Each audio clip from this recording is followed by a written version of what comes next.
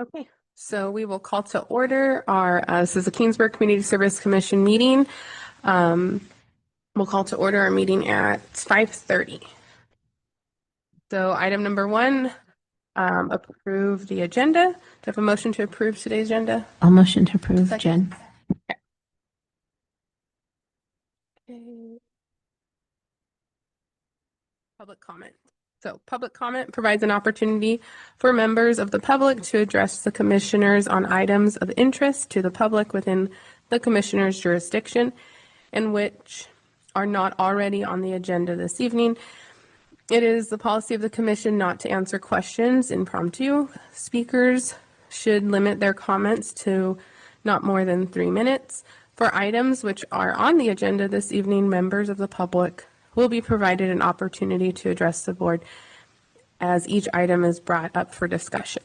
Any public comment? No public comment? Okay, so our regular calendar, number one, approval of the minutes from September 24th meeting. Do we have a motion to approve the minutes? Second. Okay. Item two, Kingsburg Park Master Plan update, and this will be presented by Adam. Well, good evening, commissioners. Thank you for joining us tonight at our regularly scheduled meeting. The Parks Master Plan in September, or this commission hosted a workshop with the public to kind of get some more information on the direction the residents would like to see us go in terms of creating a Parks Master Plan. The original one was done in 2002, and so we're working in the process of getting a new one updated. And so it was a fairly decent turnout. We had a handful of people show up to the workshop. I'll open up for the commissioners if you have any comments for those that attended. But essentially collecting that in-person data from Fresno State and their students, we'll take that and combine it with the data that was collected from the surveys that was hosted over the summer. And we had over 600 responses for those surveys. So there's a lot of data that the students get to kind of go through and put together for us. And a couple weeks ago, we did sit down with Fresno State Dr. Brandon Taylor to go over some preliminary information and kind of what we'd like to see. The next step in the process is to have them draft a Parks Master Plan kind of draft for the commission to review and highlight some information and kind of give them more direction on what we'd like to see before we put something together and present it to council. And so that's kind of where we're at with that. It is, like I said, because of the number of responses that came in, it is more of a lengthy process. We were hoping to get more of a draft update for this meeting and then have something ready for council by November.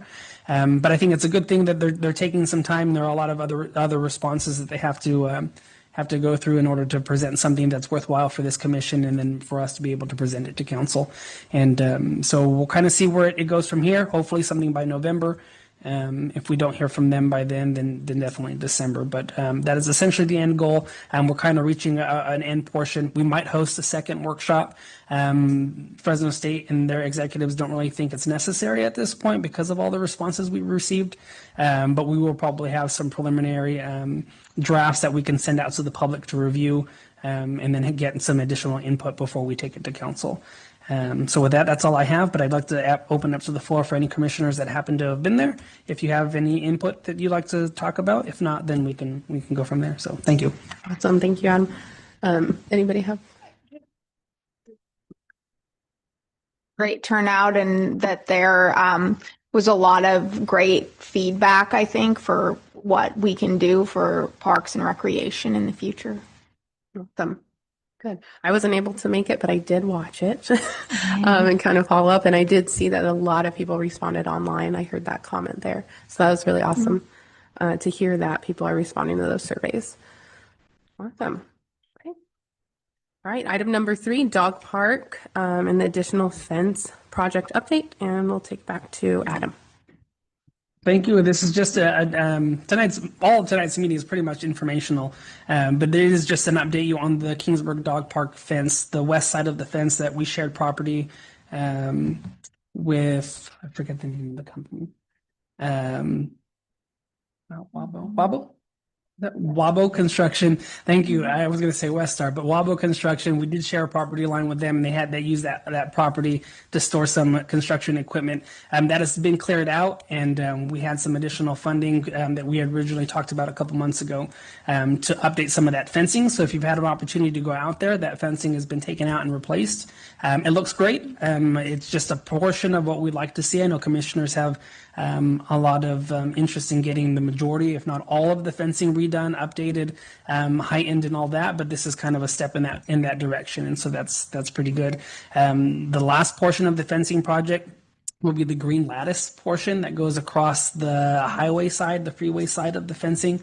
I believe is the west side of the fence. And Caltrans was able to come and do a cleanup. So if you go out there, you'll notice that the cleanup along that fence line has been done. The weeds have been taken out and kind of and cleaned up a bit. And so that will be the next step, waiting for the order to come in. And then once that is, then Public Works will go ahead and do the work of putting that lattice fencing. It's the same fencing that went up at Erling Park to cover the solar panels. And so I think the majority have been happy with that. And so we'll kind of see what that looks like for the freeway side. But really, that's kind of more of a help with the aesthetic and then the privacy of the fence, hopefully keeping dogs' attention away from the freeway side. Like I said, hopefully it adds to that. In addition to that part of the project, I just wanted to bring up that because of the rainy season coming up, we don't close the dog park because of the rain. That was something that was brought up for the commission to the commission a couple months ago. So just so that everyone's aware that there is some water at the bottom of the basin right now, but the park is still open. So it's kind of use at your own risk type of scenario. The dogs, obviously, if they're off the leash, they might run and play in the water, and owners might not appreciate that, but some might find it fun for them. So still open, and again, Tuesdays are our maintenance days, so it is closed in the morning on Tuesdays till about noonish. So as long as the public just is aware that, on Tuesdays they might have a little bit of wait time for it to open, but overall everything has been operating so well. So with that concludes it, and happy to answer any questions you have. Awesome. Thank you. Anybody have any questions? Nope. Okay. Item number 4, Keens Estate Phase 5, the inclusive playground update. Adam again. Is the map, yes. So on your agenda packet, we did add the map of the Phase 5 project. It was presented last meeting, if not the August meeting, but essentially it is the map of Phase 5, the inclusive play structure that we were kind of working with Westar Construction on getting placed at the park. And so this is the design that was approved by this commission. It's just to kind of bring it back up to focus. We did have a subcommittee meeting that sat down with Game Time and MRC to go over what we thought might be added and what might look or be essentially acceptable in that park space, because it is an inclusive playground and not necessarily an inclusive park. We ran into that where we saw there wouldn't necessarily be enough parking, there wouldn't be restrooms. There are other amenities that are a full-scale park that you won't necessarily see here because of budget constraints and because of its location in the subdivision. And so we kind of this commission shifted its focus. Instead of labeling it as an inclusive park, it's an inclusive playground that we'd have installed at the park. And so again, just wanted to bring it up to let you know this is the scope. This is essentially a project we're still continuing working on. We did receive a grant to help fund portions of this. And so that was through Game Time and MRC. And so we still have that on the books. Right now we're looking at about $287,000 is essentially what it would cost for this play structure. And those numbers were presented a couple months ago. Now it's just balancing the idea of the funding that we actually have, the city has in hand with impact fees for the park, as this park in particular, to hope to see that we can kind of get what we're asking for from the commission with those funds. I sat down with the building the community development director, public works director, and city manager yesterday. There's about $414,000 that sit in impact fees for this particular park. But the commission, to keep in mind, that's the creation of the entire park. They use those funds to put the park together. And so if the play structure itself is about 287 initial quoting, we do have to take some of this back to the construction company and to Game Time to kind of see where we can move some numbers around to get it to fit. And so that's kind of where we're at, just in general with that project, having those general meetings and conversations. and then to kind of see where we're at. Worst case scenario, we just do a drawback from this one. We'll bring it back to commission and say, hey, we got to take some pieces out and kind of readjust it. We have some counterparts in the city of Dinuba that have just done an inclusive park with the same companies, and they're willing to sit down with us and kind of show us the direction that they took and to get their playground, installed and a benefit for the community. So again, I just wanted to bring that up, and I'm happy to answer any questions you have, but this is one of the current projects that this commission is working on. Thank you. Awesome. Thank you so much. Anybody have comments? No? Okay. We'll just keep working at that project. Okay. Item number 5, the upcoming community service department special event, the trunk or treat. Perfect. And Adam again. That's me. Perfect. Well, it's just to get the commission informed, because this commission oversees or helps oversee the community services department. Historically, in the last several years, the police association and fire associations have taken on the trunk or treat event that is hosted at Memorial Park. They've hosted the last 4 or 5 years, and this year, because of some staffing, just people being off and officers kind of going back and forth, they asked for the assistance of the Parks and Rec department to kind of step on and take on this event. We've always helped with the event. My wife and I and my department have always helped coordinate the event, but this year it's hosted by the Parks and Rec department and sponsored by the police and fire. And so just to get the commission on board, just to let you know, this is something that we are internally doing. If you're interested that night in volunteering or just coming out and participating, we're always looking for help. I think it'd be a great activity for the commission to be out there and participate in. It's essentially us hosting the event, and it's generously sponsored by the police association and fire associations, and it just has the kids come out to the park. We believe it's a safe environment for them to come out, families to enjoy, rather than going knocking door to door as traditionally it's been done. This year, Parks and Rec added a new element to it. We're going to be hosting a movie night at the same time. So we'll bring in the big screen that we have usually at the pool over the summer. We'll be playing Hocus Pocus 2 at the park. I know we have some snack vendors lined up to come and